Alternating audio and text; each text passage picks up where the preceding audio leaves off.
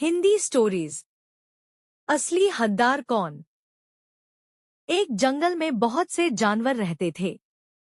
उन जानवरों में से एक बंदर भी था और वह बहुत आलसी और स्वार्थी था।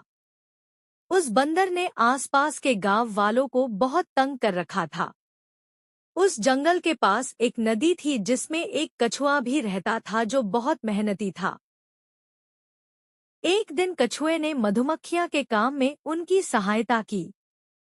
वे अपने छत्ते को छोड़कर दूसरी जगह जा रही थी।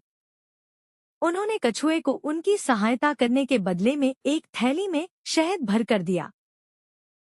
कछुआ जब उस शहद की थैली को लेकर अपने घर जा रहा था तो उसे सड़क के किनारे एक सूखा पेड़ दिखाई दिया। उसी समय कछुए को एक विचार आया, क्यों ना मैं कुछ सूखी लकड़ियां ले लूं और घर जाकर उस पर पुलाव बनाकर शहद के साथ खाऊंगा। कछुए ने थोड़ी सी लकड़ियां लाकर रख दी। जैसे ही वह दूसरी बार लकड़ियां लेने के लिए गया और वापस आके देखा तो उसकी थैली को बंदर लेकर बैठा हुआ था। बंदर ने जैसे ही कछुए को देखा वह बोला, कछुए भाई, यह देखो आज का दिन मेरे लिए कितना अच्छा है, मुझे यह शहद की थैली यहाँ मिली।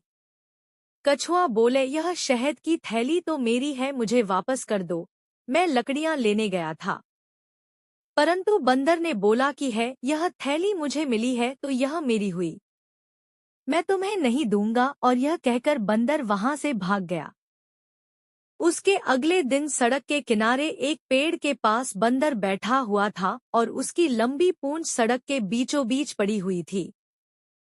तभी कछुआ वहां से जा रहा होता है और सड़क पर पड़ी उसे बंदर की पूंछ को अपने दांतों से काट लेता है। जैसे ही कछुआ बंदर की पूंछ को काटता है, बंदर बहुत जोरों से चीखता है और कहता है, अरे कछुए, यह मेरी पूंछ है, इसे छोड़ दो। कछुआ बंदर की पूंछ को अपने पैरों से दबा लेता है, कहता है, सड़क पर पड़ी हुई चीज जिसको मिले उसकी होती है और यह पूंछ सड़क पर पड़ी हुई थी तो मेरी हुई।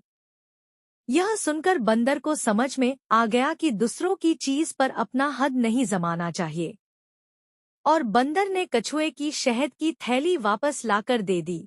लालची बंदर और कछुआ कहानी से हमें यह सीख मिलती है कि बुरे काम का नतीजा हमेशा बुरा ही होता है।